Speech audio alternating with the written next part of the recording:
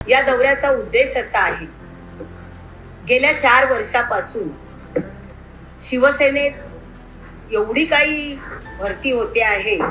सगळे प्रवेश घेत आहेत. एक दिवसाआड नंदनवन बंगल्यावर, ठाण्याला सातत्याने प्रवेश चालू आहे आणि त्या माध्यमातून प्रत्येक महाराष्ट्रातील प्रत्येक जिल्ह्यात महिला आघाडी सुद्धा मोठ्या प्रमाणात झालेली आहे. आता ही महिला आघाडी नवीन भरती झालेल्या महिलांना विविध प्रकारची पदं आपल्याला त्या ठिकाणी द्यायची आहेत आणि ती इतरांच्या सांगण्यावरून नाही, तर प्रत्यक्षात आमच्या सर्व उपनेत्या, प्रवक्त्या आणि प्रमुख कार्यकर्त्या या त्या दौऱ्यात सहभागी होणार आहेत आणि त्यातून चांगल्या महिलांची निवड त्या ठिकाणी केली जाईल आणि प्रत्येक जिल्ह्याला चांगल्या जिल्हा प्रमुख, उपजिल्हा प्रमुख, तालुका प्रमुख